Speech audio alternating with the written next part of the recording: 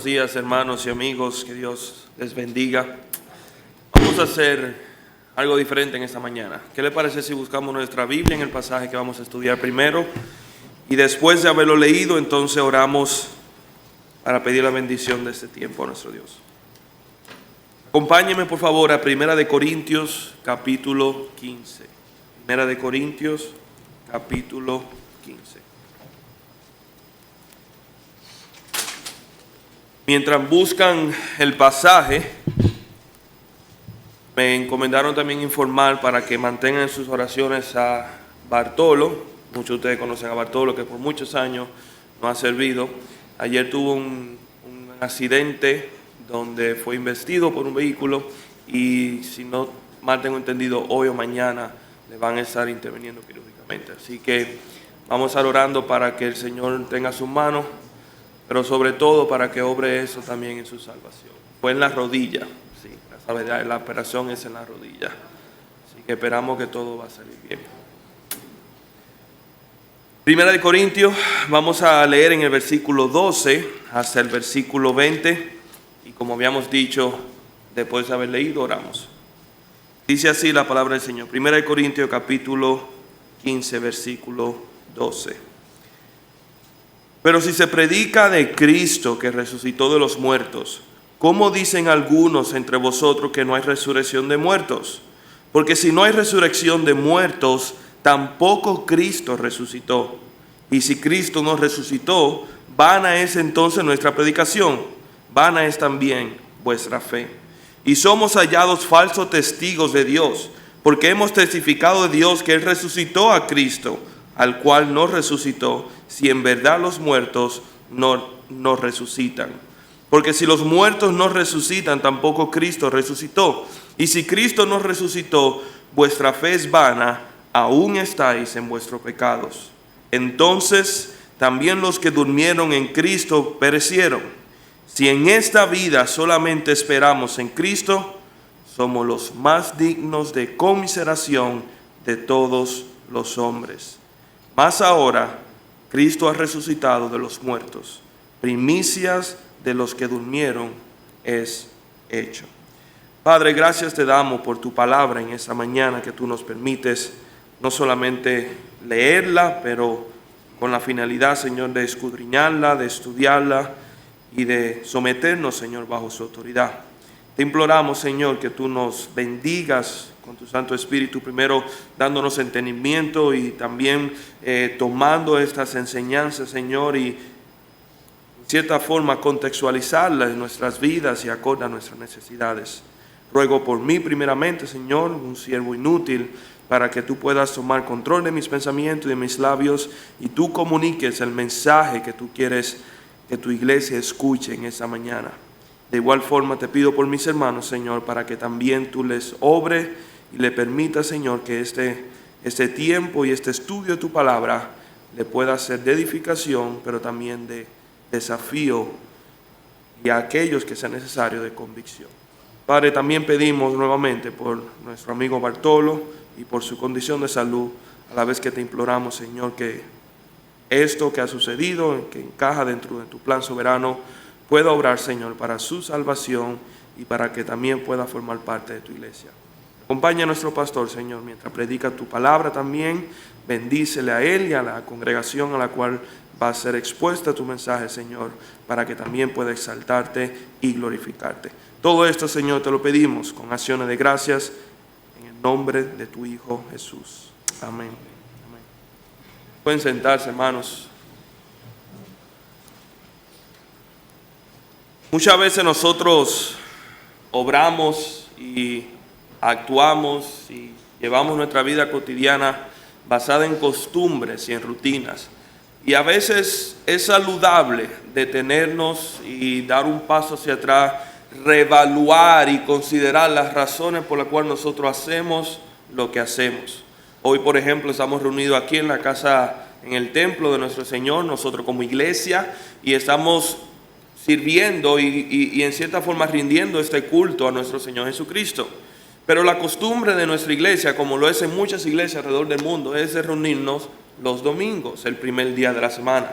Y esta es una costumbre que tiene un trasfondo bíblico, porque cuando nosotros vemos en las Escrituras, vemos que la iglesia primitiva, la iglesia del Nuevo Testamento, acostumbraba a reunirse el primer día de la semana, siendo este el domingo.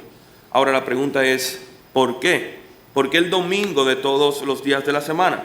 Bueno, la razón por la cual nosotros vemos en las Escrituras es que el domingo tiene una connotación especial y simbólica para la iglesia de nuestro Señor Jesucristo, y es el día de la semana en el cual nuestro Señor Jesucristo resucitó. Y como bien vimos en la lectura de 1 Corintios capítulo 15, queremos dedicarle este sermón, queremos dedicar este tiempo a dar un paso hacia atrás y contemplar la maravilla y el milagro de la resurrección de nuestro Señor Jesucristo y lo que eso implica para su iglesia y lo que esto implica para nosotros. La resurrección de nuestro Señor Jesucristo no solamente fue un evento histórico que cambió el curso de la humanidad para siempre, pero también se ha convertido, o es, mejor dicho, desde la antes de la fundación del mundo, una columna y una de los fundamentos más seguros y más importantes de la fe cristiana. En 1 Corintios capítulo 15, como acabamos de leer una porción, Pablo dedica todo este capítulo, de hecho, a exponer la doctrina de la resurrección de los muertos. Valga la pena mencionar de que este capítulo, 1 Corintios capítulo 15, es también el capítulo más extenso que encontramos en el Nuevo Testamento. Ahora, ¿por qué Pablo decide presentar y discutir a tanta cabalidad y con tanta vehemencia esta doctrina, este tema de la resurrección de los muertos? Bueno, en la iglesia de Corintios habían algunas personas que aparentemente luchaban con la idea de pensar de que ellos iban a resucitar de los muertos en aquel día, en el día postrero. Y esto era un ataque al núcleo de nuestra fe cristiana. Y Pablo, en toda su exposición del capítulo 15, posiblemente uno de los versículos más contundentes es el que se encuentra en el versículo 19 que leímos al final de nuestra lectura, cuando Pablo afirma y dice que si en esta vida solamente esperamos en Cristo Jesús, es decir, si el propósito de esta vida es solamente vivir para Cristo Jesús, pero que no hay otra vida después de esta vida, dice Pablo, entonces somos los más dignos de conmiseración de todos los hombres. Esa palabra, más digno de conmiseración, la versión de las Américas lo traduce como los más dignos de lástima. Y la Nueva Versión Internacional lo dice como somos los más desdichados entre los hombres. Ciertamente sería el mayor fracaso y el mayor fraude de la historia de la humanidad si la iglesia de nuestro Señor Jesucristo, que con tanta devoción y con tanta vehemencia adora a nuestro Salvador, al final del cuenta muramos y no existiera una resurrección. Habríamos padecido tal calamidad que incluso nuestros más fervientes enemigos, incluso aquellos que con más vehemencia se oponen al cristianismo y a la fe de Cristo, nos mirarían y en vez de regocijarse de nuestra tragedia, sentirían lástimas y pena de nosotros. Si no existiera la resurrección de los muertos, sería verdaderamente una tragedia para todos y cada uno de nosotros. La pregunta entonces que le formulo en esta mañana es, ¿por qué? ¿Por qué este evento que muchas veces pasa tan desapercibido en nuestras vidas, muchas veces pasa tan desapercibido en nuestra propia predicación? ¿Por qué es este evento de la resurrección de los muertos tan importante para nuestra fe, tan importante para nuestra vida y tan importante para la constitución de la iglesia de nuestro Señor Jesucristo aquí en esa tierra? En ese pasaje que acabamos de leer, Pablo nos da 3 razones por la cual la resurrección de los muertos es sin lugar a duda una columna de la iglesia. Nos dice aquí, vamos a ver 3 razones por las cuales de todos los hombres, si no existiese la resurrección de los muertos, nosotros seríamos los más dignos de conmiseración. Y antes de entrar en lleno en ese tema, quisiera presentarles otra pregunta. ¿Cuál es entonces el motivo o cuál es la importancia de predicar en esta mañana sobre la resurrección de los muertos? Posiblemente nosotros no profesemos el hecho de que de que no existe la resurrección de los muertos. Posiblemente nadie manifieste verbalmente el hecho de que no cree que vendrá aquel día en el cual los muertos en Cristo resucitarán, y también aquellos muertos que murieron sin Cristo también resucitarán para juicio y para condenación. Bueno, primero lo importante de esto es que la doctrina de la resurrección, como habíamos dicho, es uno de los pilares principales de nuestra fe. Pero también es el hecho de que nuestra vida cristiana hace sentido a la luz de la resurrección de nuestro Señor Jesucristo. Esto es un estímulo eternal para vivir en esta tierra en santidad, en vista al hecho de que vamos a nacer a una nueva vida, el hecho de que vamos a resucitar para una vida eterna. Pero también nos da una seguridad de que la victoria está garantizada, de que nuestro Señor nos ha prometido la victoria final, al final de todo este tiempo y al final de esta época aquí en este mundo caído. Pero también es importante predicar de la resurrección, porque el mundo en que vivimos, por su forma de vivir y por su filosofía de vida, niega la doctrina de la resurrección. Y aunque no lo hacen verbalmente de forma tan deliberada o tan expuesta, sí lo hacen en la forma en como ellos viven, ya que su estilo de vida es enfocado en el aquí y el ahora, como si no existiera una vida después de esta vida, como si no existiera una resurrección de los muertos. Así que, habiendo dicho eso, vamos a entrar en lleno a nuestro tema y pedirle a nuestro Señor que nos bendiga por medio de esto. Vamos a dar primeramente 3 razones, y estos son, como bien hace Pablo aquí. Pablo está planteando en estos versículos un caso hipotético. Él plantea y dice, si ciertamente no existe la resurrección de los muertos, pues entonces sucede esto y sucede aquello y sucede lo siguiente. Y Pablo nos muestra una cadena de eventos que va relacionada uno con la otra. Pero todo esto en el marco de una hipótesis, algo que al final Pablo afirma que no es cierto. Y es nuestra intención esta mañana seguir ese mismo patrón y ver estos casos como si fueran casos hipotéticos. Si verdaderamente no existiera la resurrección de los muertos, entonces nosotros seríamos los seres humanos más dignos de conmiseración por el simple hecho que nuestro Salvador estaría muerto. Eso es lo que Pablo afirma en el versículo 13 cuando dice, porque si no hay resurrección de muertos, tampoco resucitó Cristo. Y vuelve y afirma en el versículo 16 cuando dice, porque si los muertos no resucitan, tampoco Cristo. Y si Cristo no resucitó, vuestra fe es vana. Pablo nos enseña aquí el hecho de que nuestra fe y la resurrección de Cristo Jesús descansa sobre este hecho. Y lo interesante es que la iglesia de Corintio no tenía problemas en admitir que Cristo había resucitado de los muertos. De lo contrario, ellos no habían sido creyentes y Pablo no lo consideraría a ellos como hermanos en la fe y santo de nuestro Señor Jesucristo. Pero ellos luchaban con la idea de pensar que ellos también serían compartícipes de esta resurrección de nuestro Señor Jesucristo. ¿Y a qué se debe esto?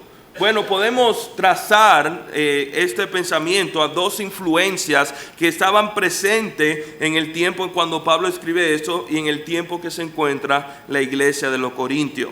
Primero, existía una influencia, como bien sabemos, de los saduceos. Los saduceos eran una secta judía de escribas o de eruditos de la palabra que no creían en la resurrección de los muertos. Y en todos los evangelios vemos constantemente cómo esta secta de los saduceos chocaba y tenía conflicto con los fariseos por este tema de la resurrección de los muertos.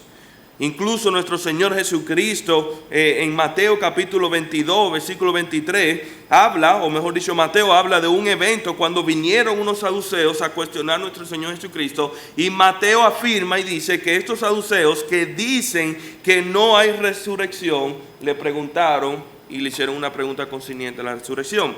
Pero es posible que esta influencia, esta doctrina, esta manera de creer de los saduceos haya permeado en la iglesia de Corintio. Pero no solamente vemos esta influencia por la parte de los judíos, también hay una influencia negativa de parte de las costumbres paganas de los gentiles, ya que, como bien sabemos, la iglesia de Corintio estaba conformado no solamente por judíos nuevos creyentes, pero también por gentiles que habían profesado a Cristo como Señor y Salvador. En aquel entonces existía una corriente filosófica muy latente en Grecia, que era el dualismo. Y entre estas cosas que enseñaba esta corriente filosófica, una de ellas era el hecho de que el cuerpo y lo material en esencia era malo. De hecho, ellos veían la muerte como la liberación de sus almas, el desprendimiento de este cuerpo corrompido. Y para ellos poder pensar de que existía una resurrección de los muertos,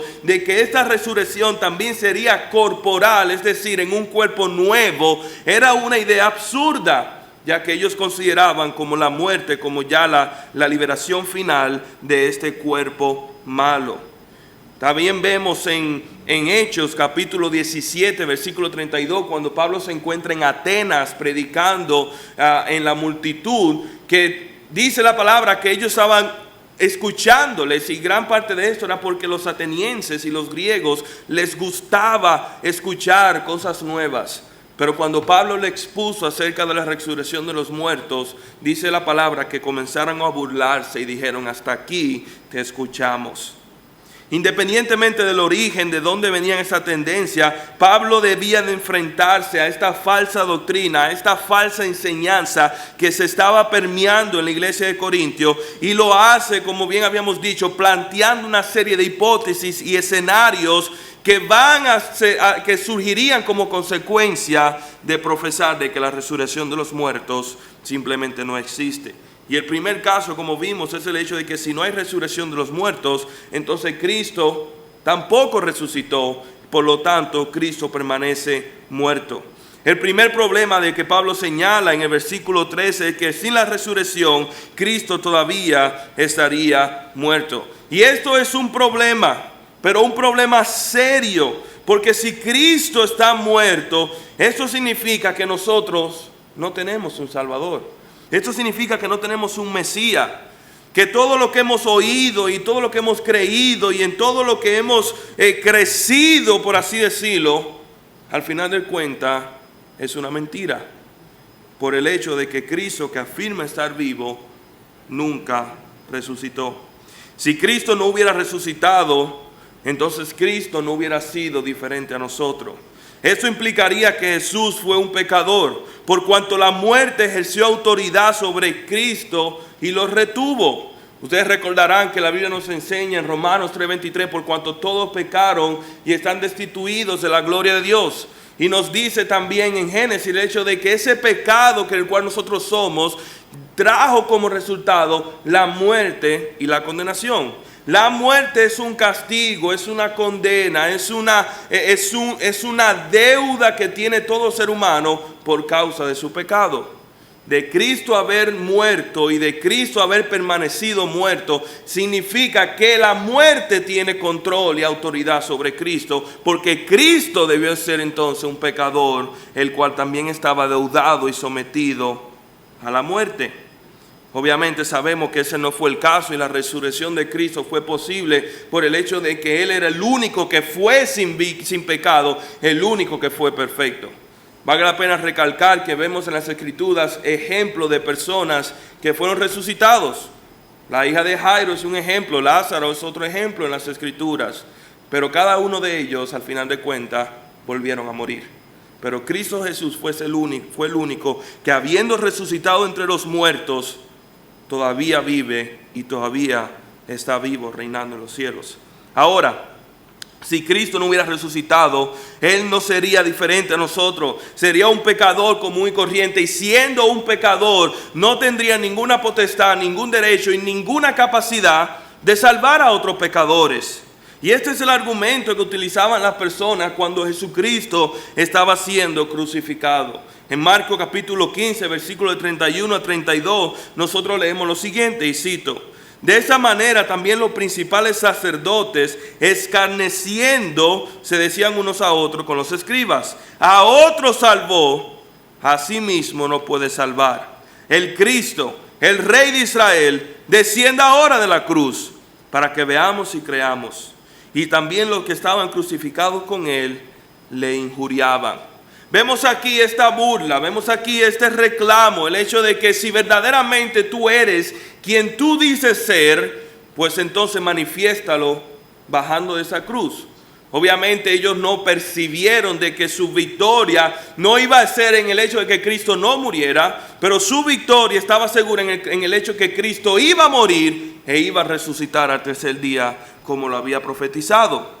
Pero sin lugar a duda, ellos en su mente no podían creer en un Mesías que estuviera muerto. Tampoco podían creer en un rey que estuviera muerto, y mucho menos en un Salvador muerto. Y si Cristo no hubiera resucitado entre los muertos, al final del día, ellos hubieran tenido la razón.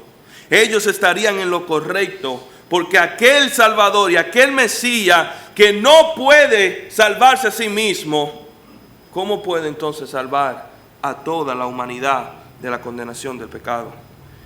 No puedes confiar en un Salvador muerto, mucho más de lo que podemos confiar en un bote salvavidas que reposa en el fondo del océano.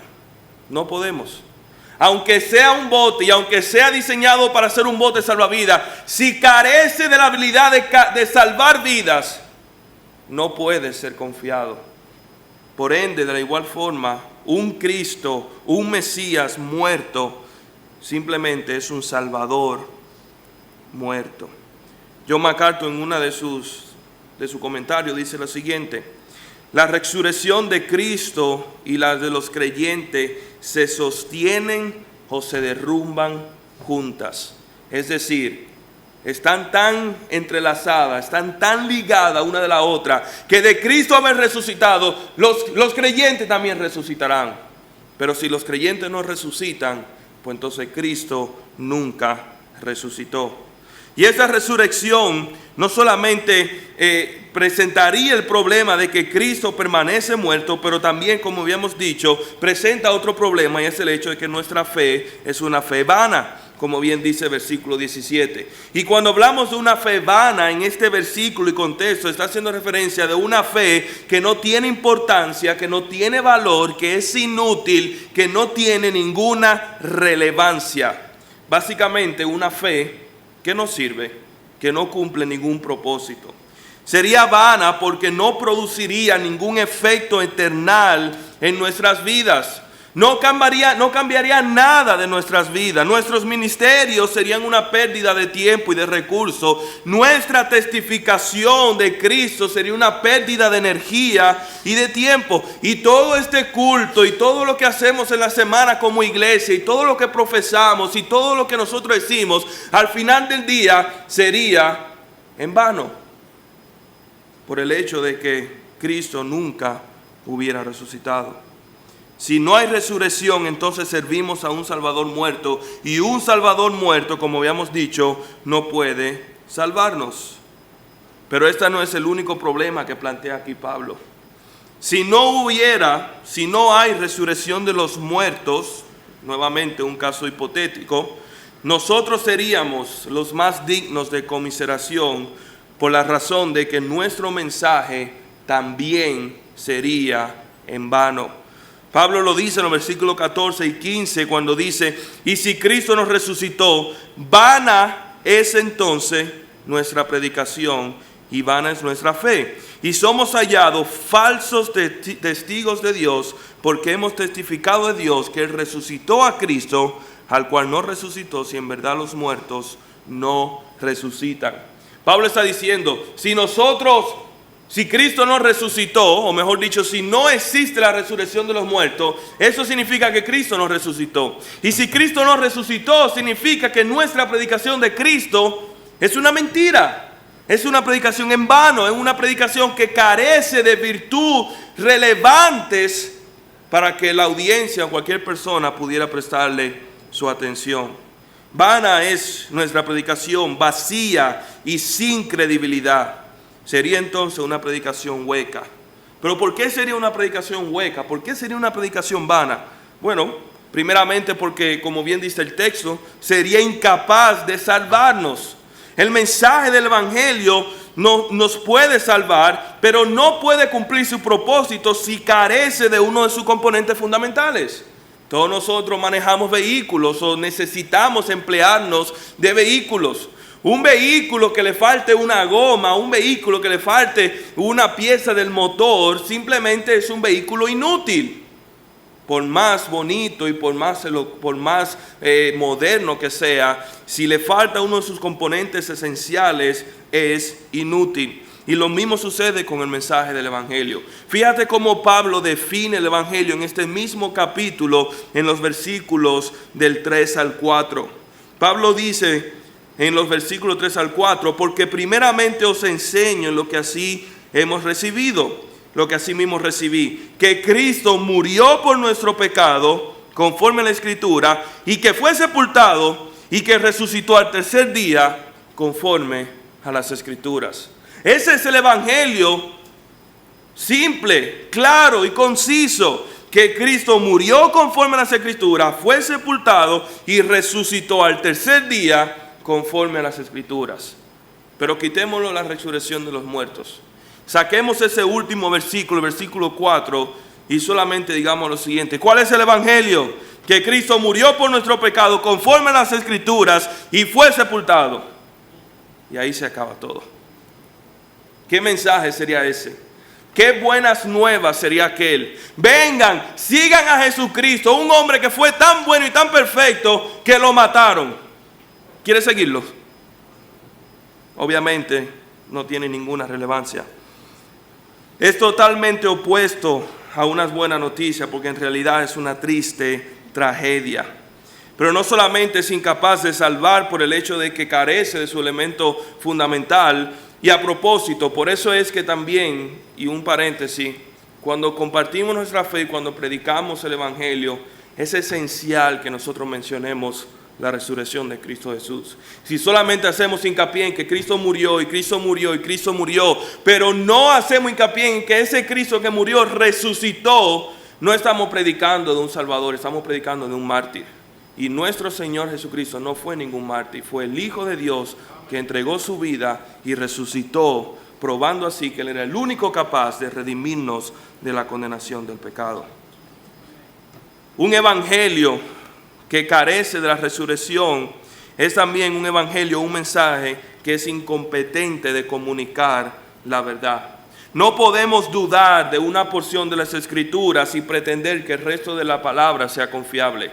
Si decimos que Cristo no resucitó, si decimos que no hay resurrección de los muertos, cuando la Biblia afirma que sí, en ese momento estamos poniendo a prueba la veracidad de las Escrituras, toda su integridad. Por consecuente, no tenemos ninguna razón para creer que el resto de la Biblia sea veraz y que el resto de la Biblia sea cierto si una sola porción de su palabra es incierta o es erróneo o es una mentira. Cuestiona quitar la resurrección de los muertos, cuestiona toda la integridad de las Escrituras. Incluso Pablo afirma el hecho de que eso lo hubiera convertido a ellos en mentirosos. Lo hubiera convertido a ellos en falsos testigos de nuestro Señor Jesucristo en el versículo 15, porque ellos estarían predicando una mentira y un mensaje irrelevante. Pero no hay mensaje del Evangelio que sea digno, provechoso, que valga la pena predicar si carece de la resurrección de Cristo Jesús. Si no hay resurrección, entonces no vale la pena compartir, hermanos, este mensaje. No vale la pena decirle a una persona, Cristo murió por tu pecado, ya que tal muerte fue en vano y no representó nada. Y la muerte de Cristo Jesús hubiera tenido el mismo significado que la muerte mía por ustedes, el cual no hace nada. No vale la pena decirle al mundo, Dios te ama, porque tal amor es insuficiente para salvarnos de nuestra mayor condenación, que es la muerte eterna. Por ende, no nos ama lo suficiente. Y sabemos por las Escrituras que esto no es cierto. Pero hay un tercer motivo que vemos aquí en este pasaje. Y es el hecho de que si la resurrección de los muertos no existiera, nosotros seríamos los más dignos de conmiseración por el hecho de que nuestra esperanza está perdida. Pablo lo dice en el final del versículo 17 y versículo 18, cuando dice: aún estáis en vuestros pecados, entonces también los que durmieron en Cristo Jesús perecieron. Si no existiese la resurrección de los muertos, si Cristo Jesús entonces no hubiese no hubiese resucitado, y si eso entonces desacredita el mensaje del Evangelio, entonces nuestra esperanza es una esperanza frágil, es una esperanza fraudulenta. ¿Lo dije bien? Amén. Permanecemos, hermanos y amigos. ¿Por qué? Porque permanecemos bajo el yugo del pecado. Eso es lo que dice en el versículo 17. Aún estáis en vuestros pecados. ¿Por qué? ¿Por qué Pablo dice eso? La resurrección de Cristo Jesús es nuestra única garantía de que Cristo pagó nuestra deuda y venció la muerte. Pagó la deuda del pecado, que es la muerte, y la venció. Pero si Cristo permaneció muerto, no venció la muerte. Y si no venció la muerte, tampoco nosotros que tenemos fe en Cristo podremos vencer la muerte. Sin la resurrección, la obra de Cristo en la cruz no fue más que un fraude, una transacción sin fondo, un cheque que carece de recursos para ser intercambiado. Su muerte no sería más significante que la muerte de uno de nosotros. O incluso su muerte no sería más diferente que la muerte de los dos ladrones que estaban junto con él. Porque también ellos murieron, pero quedaron muertos. Y al quedar muertos, y si Cristo hubiera muerto también, Él estaría en el mismo grupo que ellos. El pecado seguiría siendo nuestro amo y nosotros seguiríamos siendo esclavos del pecado, como bien afirma Pablo en este versículo. Pero no solamente nuestra esperanza estaría perdida por el hecho de que permaneceríamos bajo el yugo de la esclavitud del pecado, pero también porque nuestra futura esperanza de una futura redención se convertiría en una fábula, en una fantasía, en una ilusión, una utopía que nunca se realizaría y que nunca vendría a ser cierto. Si Cristo no resucitó, entonces debemos abandonar toda esperanza que tenemos de una vida eterna, o de una comunión eterna con Cristo Jesús, o de un cuerpo glorificado que esté libre del pecado, o incluso abandonar toda esperanza de poder reencontrarnos con nuestros hermanas y hermanas en Cristo Jesús. Su resurrección, hermanos, es la esencia de nuestra esperanza. Es la esencia de nuestra fe en las promesas que Dios nos ha dado de una vida eterna en Él, en Cristo Jesús. Pablo lo dice de la siguiente forma en Romanos capítulo 6, versículo 8 y 9. Y si morimos con Cristo, creemos que también viviremos con Él. Y sabiendo que Cristo, habiendo resucitado de los muertos, ya no muere, y la muerte no se enseñoreará más de Él. Si Cristo resucitó y si Cristo está vivo, nosotros que hemos muerto resucitamos con Cristo Jesús. Resucitamos ciertamente cuando confesamos y lo aceptamos como Señor y Salvador, porque hemos pasado de muerte a vida, como dice Juan. Pero tendremos también una resurrección corporal, una resurrección en nuestro cuerpo, cuando aquel cuerpo que haya descendido al polvo de donde vino, sea resucitado a la imagen y semejanza de nuestro Señor Jesucristo. Su resurrección garantiza nuestra resurrección. Ese es el aval, ese es el recibo, ese es el depósito. Y si Cristo permanece muerto, nosotros también. Si Cristo no hubiera resucitado y si no existiese la resurrección de los muertos, como bien dice Pablo, ¿cuál es el propósito de esa vida? ¿Cuál es el propósito de esta fe? ¿Cuál es el propósito de seguir a un mártir? Sin Cristo no hay esperanza de vida. Trabajamos y sufrimos por algo que nunca vendrá. Entregamos nuestra vida en vano. Como bien dijo Pablo en el versículo 32, si como hablé batallé en Éfeso contra fiera, ¿qué más aprovecha? Si los muertos nos resucitan, comamos y bebamos, porque mañana moriremos.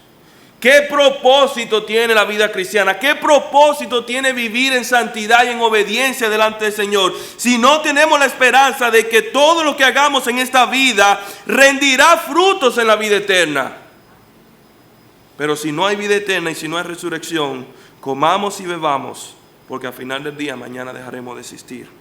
Si toda nuestra esperanza está depositada en alguien quien no puede librarnos, ciertamente somos entonces entre todos los hombres los más dignos de conmiseración, los más dignos de lástima. Sin resurrección no hay razón para vivir piadosamente. Pero si hay resurrección, hermanos, y le adelanto, sí lo hay. Si hay resurrección, todo esto cambia por completo. Y la resurrección se vuelve entonces una de las razones principales que tenemos entonces para vivir en santidad. Ya vimos el caso hipotético. Pablo plantea el caso hipotético de si no existiera resurrección de los muertos, ¿cuáles implicaciones tendría en nuestra vida aquí ahora y en la venidera? Pero ahora veamos la realidad. Veamos los hechos, las evidencias. Y como bien sabemos, sí hay resurrección de los muertos. Cristo sí resucitó de los muertos. Como bien lo afirma en el versículo 20, Pablo dice, mas ahora... Y eso quiere decir, a diferencia de todo lo que hemos dicho, a diferencia de este cuadro siniestro que hemos estado estudiando y viendo, ahora Cristo se ha resucitado de los muertos. Y primicia de los que durmieron es hecho.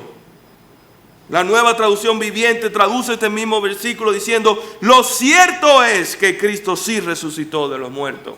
Porque todo lo que se ha visto hasta ahora era solamente una hipótesis, era una mentira, era un caso imaginario. La realidad es que Cristo sí resucitó. Y si Cristo resucitó de los muertos, esto cambia el completo panorama. Cambia el panorama por completo. Cristo entonces conquistó la muerte. Y la muerte no tiene poder sobre Cristo. Y su resurrección convalida su obra redentora en la cruz. Es el sello de afirmación. Es la garantía divina de que lo que Cristo hizo en la cruz, como bien afirmó en sus últimas palabras, consumado es. Completa está esa obra. Porque aquel que murió ha resucitado por el poder de Dios. Si hemos creído en Cristo, al igual que Pablo, también podemos decir, como él dice en el versículo 55, ¿dónde está, oh muerte, tu aguijón? ¿Dónde, oh sepulcro, tu victoria? No hay aguijón que nos pueda hacer daño en la muerte. No hay derrota en el sepulcro, porque nuestro Señor y nuestro Salvador y nuestro Rey vive. Y si nosotros hemos creído y fuimos también muertos y resucitados con Él, nosotros también resucitaremos. La muerte no tiene más poder sobre nosotros que el que tiene sobre Cristo.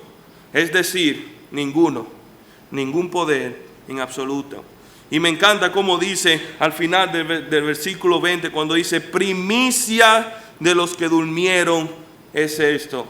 ¿Qué significa esa palabra primicia? Eso está hablando de una primera cuota, y es un término agrícola que da a entender ese primer fruto que sale de una cosecha. Pero no es el único fruto, es el primero de muchos más que van a venir más adelante y de todo lo que va a venir en ese tiempo de cosecha.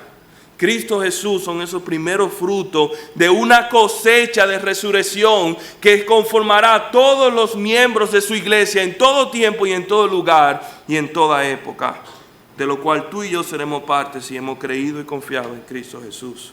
Cristo es nuestra seguridad, nuestra garantía de una resurrección futura. Y hoy podemos descansar, y hoy podemos celebrar, y hoy podemos reunirnos aquí como iglesia un domingo celebrando que no hay nada que se haya dicho hasta este momento que sucederá. Que todo este plan hipotético que hemos visto quedará siendo un panorama hipotético y nunca vendrá a ser nuestra realidad. Cristo es nuestra seguridad, nuestra garantía de una resurrección futura, y hoy podemos descansar en este hecho. Lo que pudo ser el mayor fracaso de la historia de la humanidad fue en realidad la mayor victoria que el ser humano pudo presenciar, que fue la resurrección de los muertos de nuestro Cristo Jesús. Ahora, hermanos, volviendo un poco hacia atrás, si verdaderamente no existiera la resurrección de los muertos, entonces, como habíamos dicho, nuestro Salvador estaría muerto. Nuestro mensaje sería en vano y nuestra esperanza estaría perdida. Pero el hecho de que sí existe la resurrección de los muertos y el hecho de que Cristo resucitó, convierte todo eso que era una negativa en una afirmación. ¿Y qué quiere decir eso? Que nuestro Salvador está vivo. La tumba está vacía y el Hijo está sentado a la diestra del Padre y por siempre está intercediendo en nuestro favor. Fíjense como Pablo lo dice en Romanos capítulo 8, versículo 34, unas palabras que consuelan y traen alivio en nuestro corazón cuando dice: ¿quién es el que condenará? Cristo, el que murió, más aún el que también resucitó, el que además está a la diestra de Dios, el que también intercede por nosotros. Este es el Salvador que vive y está delante del Padre intercediendo incluso en este mismo momento. Nuestra fe es viva y nuestra transformación es progresiva a la imagen y semejanza de Cristo Jesús. Ya no es una fe en vana, sino que es una fe digna, que es un Salvador digno. Él es digno de rendir mi tiempo, Él es digno de rendir mis talentos y habilidades, Él es digno de rendir mis recursos, incluso Él es digno de rendir mi vida para que toda persona conozca a este Salvador y a este Mesías que murió y resucitó de los muertos. Servimos a un Salvador que vive y que puede salvar. Filipenses capítulo 2, versículo 9 al 11, no lo vamos a leer por causa de tiempo. Pero después de haber dicho Pablo que Cristo fue obediente hasta la muerte y muerte en la cruz, termina este pasaje haciendo la mayor afirmación de exaltación que vemos en toda la Escritura, cuando dice que Dios lo exaltó hacia lo sumo y le dio un nombre sobre todo nombre, para que en el nombre de Jesús se doble toda rodilla de los que están en los cielos y en la tierra y debajo de la tierra, y toda lengua confiese que Jesucristo es el Señor, para la gloria de Dios Padre. Pero esto es gracias únicamente que Cristo resucitó y que Cristo está vivo, como bien dice aquí, a la diestra del Padre. No solamente la resurrección nos afirma que nuestro Salvador está vivo, pero la resurrección de los muertos también nos afirma que nuestro mensaje, que el mensaje de Cristo, el mensaje de su evangelio, es un mensaje verídico. No es vano, sino que es perfecto e infalible. No es un mensaje incapaz, sino que es capaz y poderoso de transformar las vidas. Es una dulce y refrescante buena noticia para cualquier alma sedienta y perdida en busca de una salvación, en busca de la salvación. Nuestro mensaje trae esperanza al desesperanzado. Trae paz al atribulado, descanso al cansado, convicción de pecado al que está desprevenido y otorga salvación al perdido.